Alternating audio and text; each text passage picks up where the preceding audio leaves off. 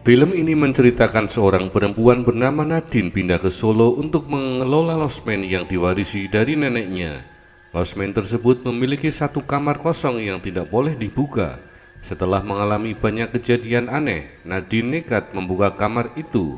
Di dalamnya ada lukisan perempuan keturunan Cina dan boneka Nini Towok. Perempuan di lukisan adalah Nyonya Uwi, istri dari pemilik losmen yang pertama. Teror mistis terus terjadi dan Nadine berusaha mencari tahu apa yang telah terjadi di sana. Sebenarnya apa hubungan Nyonya Uwi dengan boneka Nini Towok? Langsung saja kita ke alur ceritanya.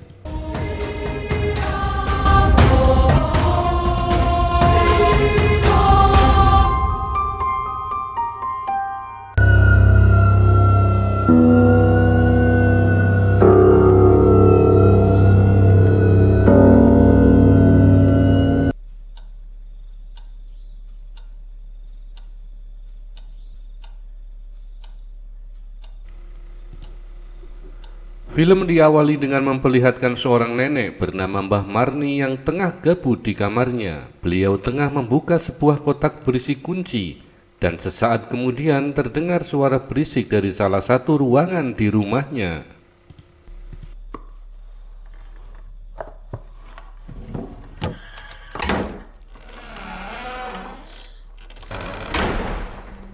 Namun betapa terkejutnya saat pintu dibuka, sepertinya beliau melihat sesuatu yang menakutkan. Dari lubang pintu terlihat seperti rambut terurai panjang dan ubanan yang ngesot di lantai. Dengan nafas yang terengah-engah dan tubuh yang gemetar, beliau membuka kembali pintu tersebut.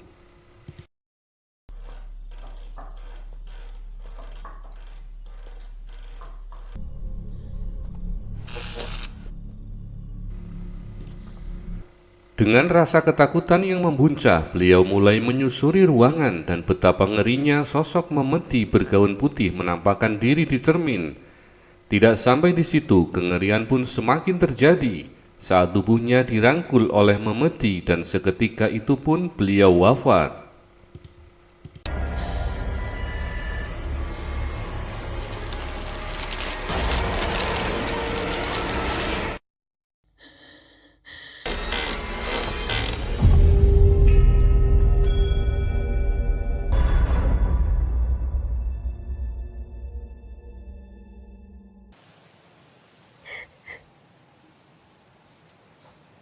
Keesokan paginya, di makam Mbah Marni, seorang perempuan yang mirip dengan Natasha Wilona tengah berziarah bersama keluarga. Dia diketahui adalah Nadine, cucu dari nenek Marni. Nah ya, sekarang kita pulang.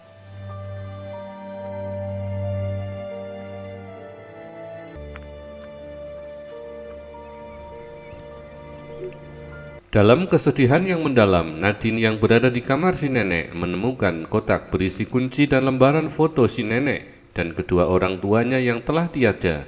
Kemudian dia mulai meneteskan air mata.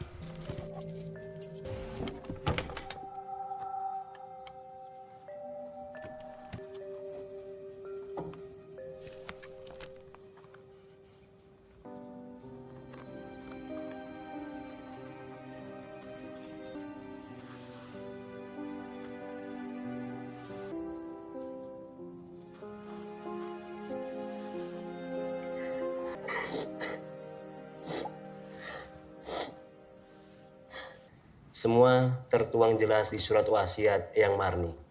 Dan beliau Saat itu datang seorang pengacara yang menyampaikan wasiat mendiang Mbah Marni yang harus mewariskan losmen tersebut kepada cucunya, yaitu Marni dan Naya.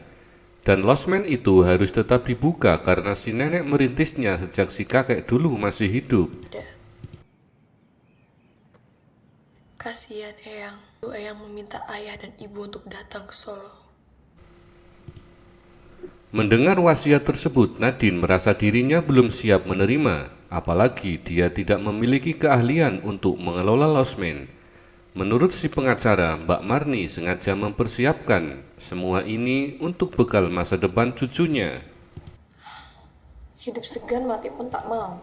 Kamu juga nggak harus. Sahabat dekat Nadine yang bernama Ben menenangkan Nadine dan Ben akan pulang terlebih dahulu ke Jakarta bersama Naya.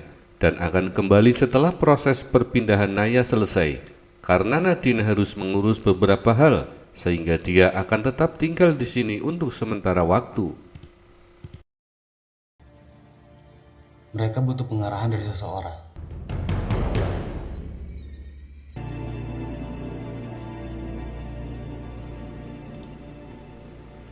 Singkat cerita, malam pun tiba. Nadine tertarik pada piano di tengah ruangan dan kemudian memainkannya. Namun anehnya, selepas dia beranjak dari sana, tiba-tiba piano itu berbunyi sendiri dan melodinya semakin mengerikan.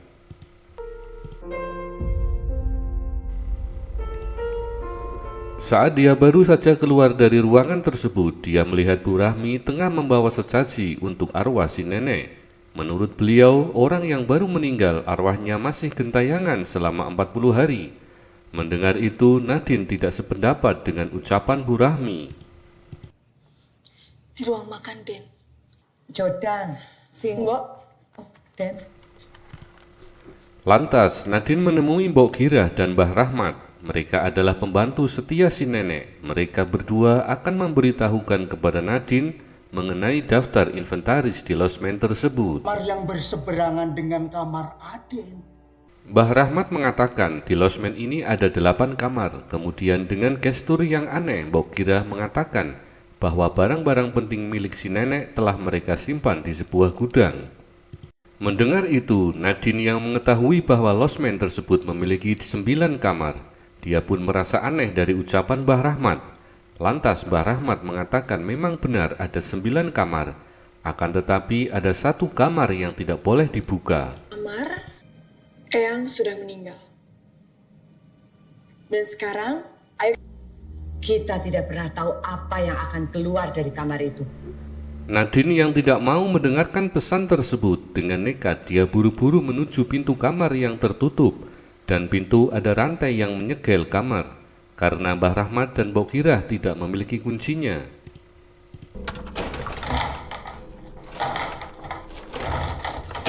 Rencengnya 1 renceng diambil Eyang Marni.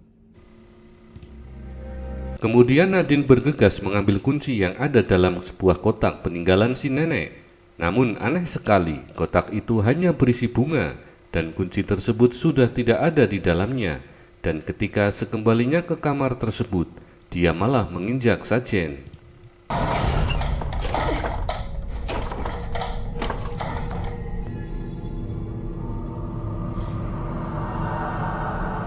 Di malam harinya, Nadine yang bersiap untuk bobo, tiba-tiba pintu lemari terbuka dengan sendirinya.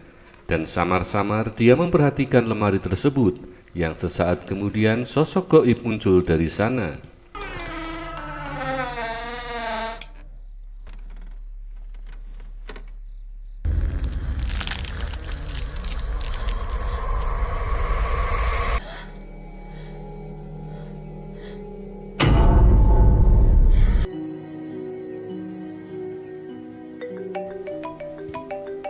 Keesokan paginya, sambil sarapan bubur ayam, Nadine menceritakan kejadian tadi malam.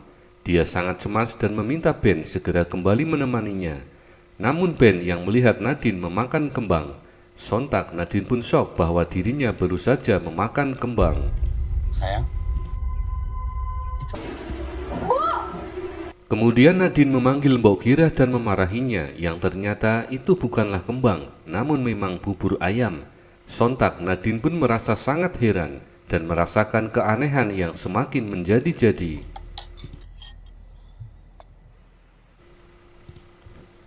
Selepas itu Nadine mencoba memastikan pada Ben soal yang dilihatnya saat makan kembang, dan Ben mengakui bahwa dia benar-benar melihatnya. Dan di saat serius seperti ini, Ben bercanda mengira Nadine sekarang makannya kembang mirip Susana. Itu dulunya pesanggrahan juragan kopi waktu zaman Belanda, Ben. ayo sayang. Yuk.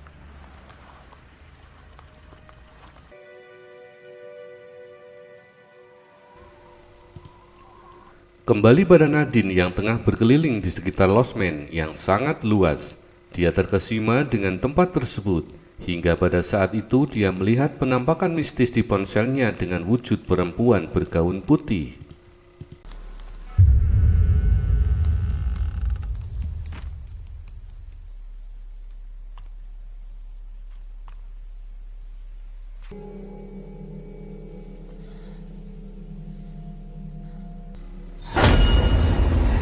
Karena seringnya diteror sosok gaib, akhirnya Nadine memberanikan diri membuka satu kamar yang dirantai. Sempat Mbok Kirah melarangnya, namun dia tetap menyuruh Pak Rahmat untuk merusak gembok, dan akhirnya pintu itu pun terbuka.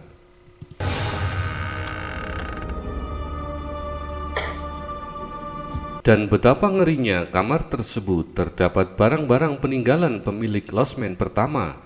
Di sana terdapat foto dan buku kecil yang dipenuhi debu, sebuah lukisan wanita bergaun putih, dan terdapat boneka seram Nini Towok.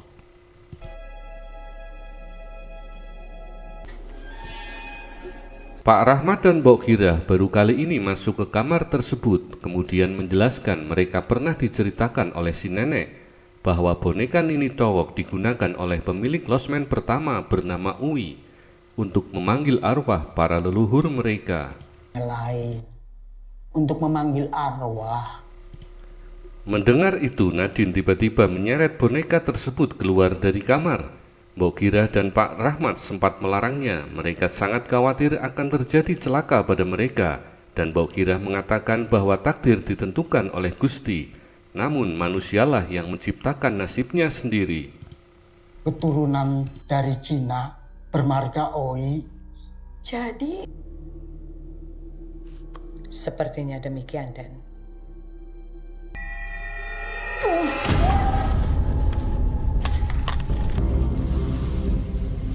Apa yang akan dilakukan Nadine? Di halaman losmen, boneka itu dilempar, kemudian Nadine membakarnya.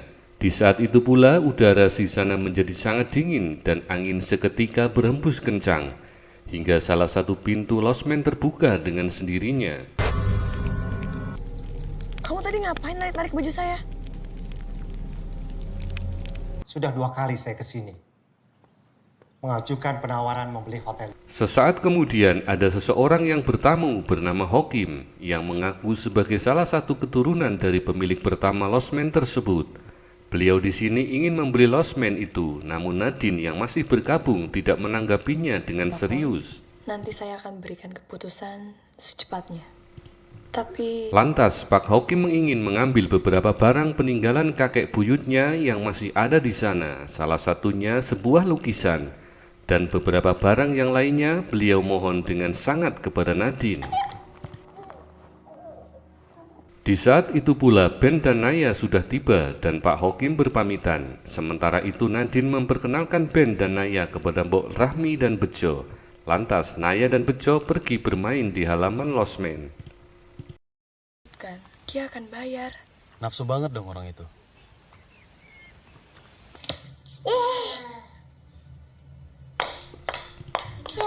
Singkat cerita, malam pun tiba. Naya dan Bejo bermain di kamar dan bola mainan masuk ke kolong kasur. Naya mengambilnya sedangkan Bejo yang kebelet pipis pergi ke toilet. Dan ketika Naya meraih bola, sosok bergaun putih melintas di belakangnya.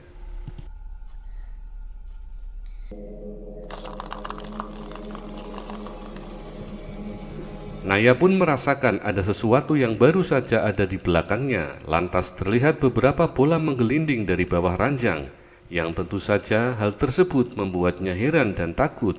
Dan makin lama bola-bola itu banyak menggelinding, dan saat dia melongok ke kasur,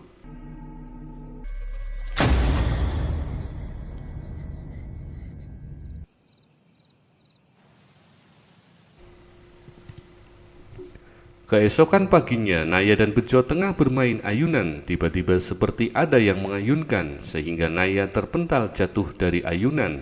Ternyata sosok hantu kecil berada di belakang Naya.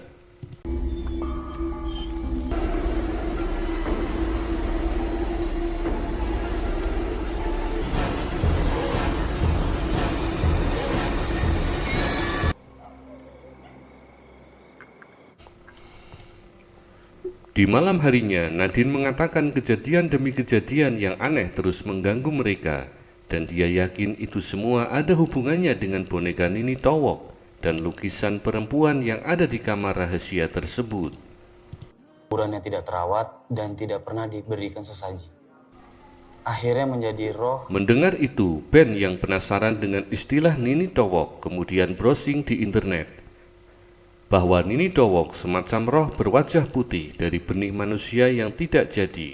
Kuburannya tidak dirawat dan tidak diberi sesaji, sehingga roh itu gentayangan menguasai boneka tersebut. Akhirnya menjadi roh, secepatnya aku akan pulang.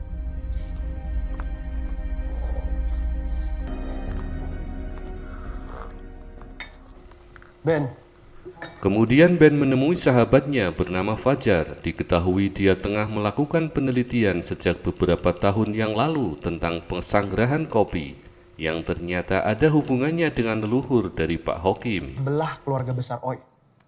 Dia mewarisi persanggrahan kopi sekaligus sebagai... Dan menurutnya kakek Pak Hokim yang membangun losmen tersebut, dulunya si kakek itu adalah orang yang paling kaya di daerah sana dan memiliki wanita simpanan. Salah satunya adalah Nyonya Uwi, yang disinyalir Nyonya Uwi lah yang merusak keharmonisan keluarga si kakek. Bangunannya nggak banyak berubah. Kakek Pak Hokim mewariskan kepada Nyonya Uwi berupa pesanggerahan kopi dan sebagian besar dari aset si kakek, dan losmen yang sekarang menjadi milik Nadine yang membangun adalah Nyonya Uwi.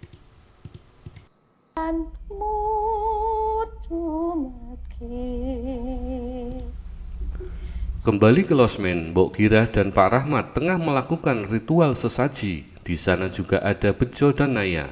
Hal itu dilakukan karena terpaksa, sebab Nadine telah membuka kamar yang seharusnya tidak boleh dibuka. Dan juga boneka Nini Towok yang ada di kamar yang nggak boleh dibuka itu. Lantas Mbok Girah mengatakan sebentar lagi kutukan akan segera datang, dan apabila kutukan itu benar-benar datang, maka Naya dalam bahaya.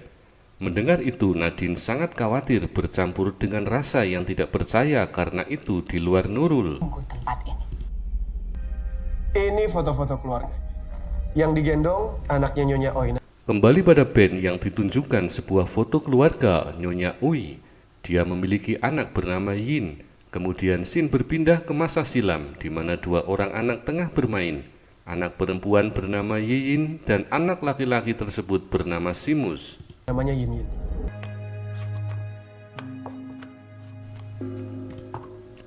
Ketika itu Nyonya Uwi kehilangan putrinya yang menghilang misterius hingga polisi pun tidak dapat melacak keberadaannya. Dan karena putrinya belum juga ditemukan, akhirnya Nyonya Uwi nekat menggunakan boneka Nini Towok sebagai media untuk dapat berkomunikasi dengan dunia gaib guna menemukan si Yiyin. Yin Yin.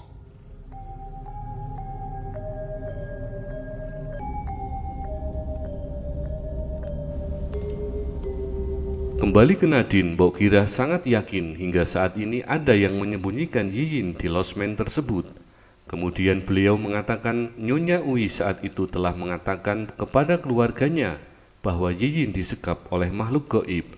Namun karena tidak ada yang percaya, hingga Nyonya Uwi depresi dan sakit parah yang akhirnya maut.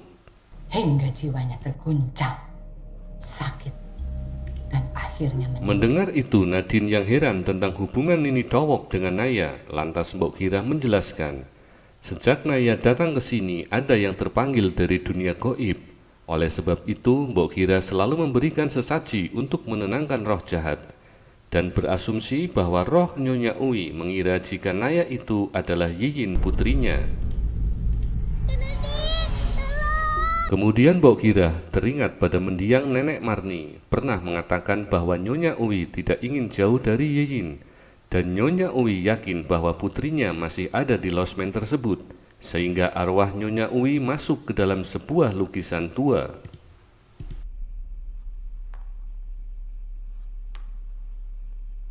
Saat Nadine memperhatikan lukisan wanita bergaun putih, tiba-tiba dia dikejutkan dengan penampakan tangan anak kecil.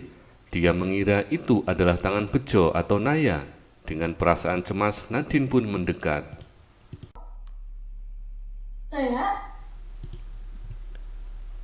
Hingga sampai di tempat ayunan, di sana Nadine melihat ayunan bergerak sendiri dan di sana ada beberapa anak kecil yang tengah berayunan. Melihat itu, Nadine yang ketakutan berlari masuk ke dalam losmen, dan sesampainya di dalam, sungguh ngeri sekali di sana tiba-tiba muncul beberapa boneka Nini Towok.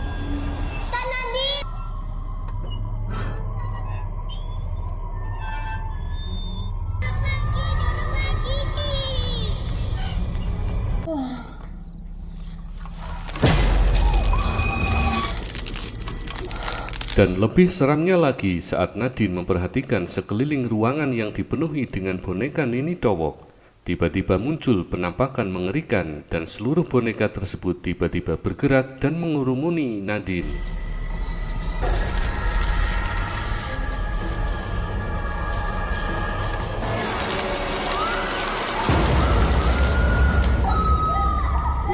Ketika itu, Pak Rahmat berniat untuk mencari Naya.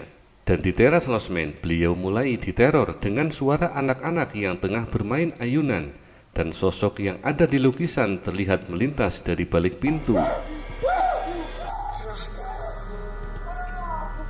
Di saat itu, Ben datang dan telah mengetahui bahwa Pak Rahmat adalah anak kecil yang waktu itu bersama Yiyin sebelum hilang. Ben dan Bok Kira memaksa beliau untuk mengatakan yang sebenarnya terjadi.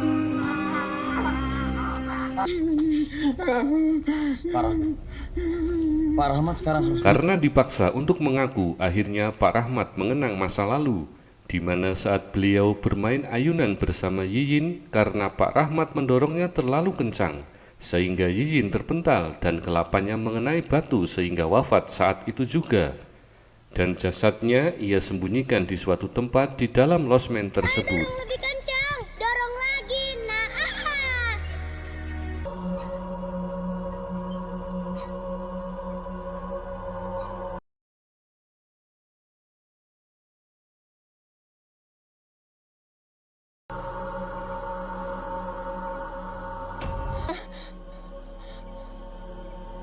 Yin.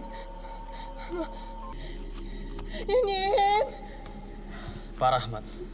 Kemudian Bejo memberitahukan kemungkinan Naya saat ini berada.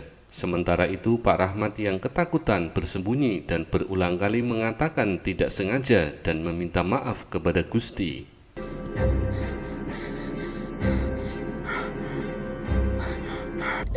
Ben, sekarang juga kamu cari Pak Rahmat. Kita butuh Pak Rahmat.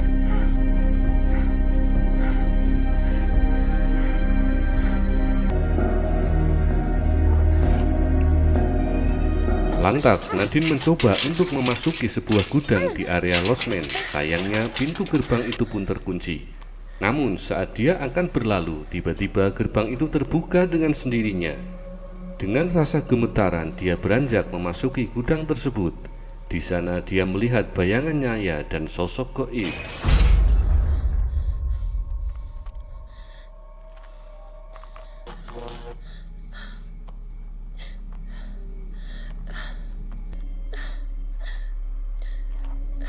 Naya.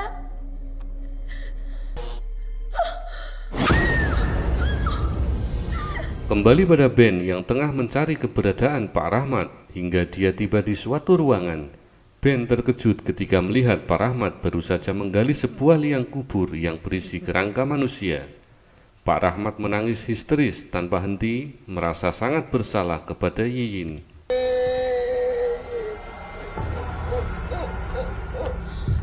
Sementara itu Nadine masih diteror oleh sosok gaib dan kali ini sosok Yiyin menampakkan diri dan ketika dia mengembalikan tubuhnya, tiba-tiba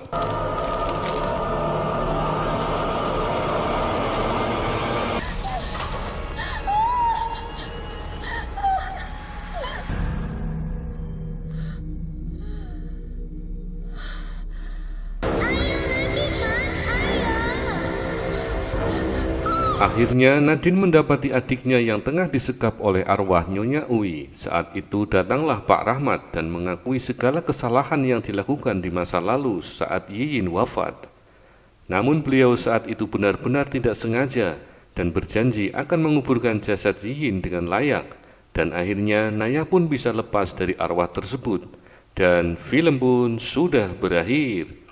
Jasad Yin secara layak, Nyonya. Gimana, film yang sangat mengerikan bukan? Ternyata sejarah kelam dari Lost Man tersebut sangat tragis. di mana karena hal terjadian yang tidak sengaja sehingga Yiyin wafat, dan karena ketakutan akhirnya Pak Rahmat menguburkan jasad Yiyin tanpa ada orang yang tahu.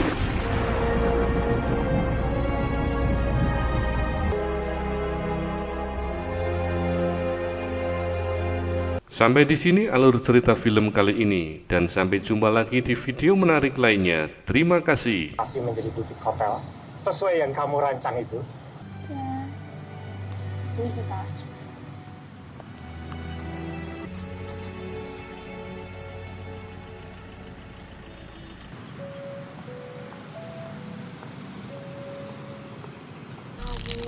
No.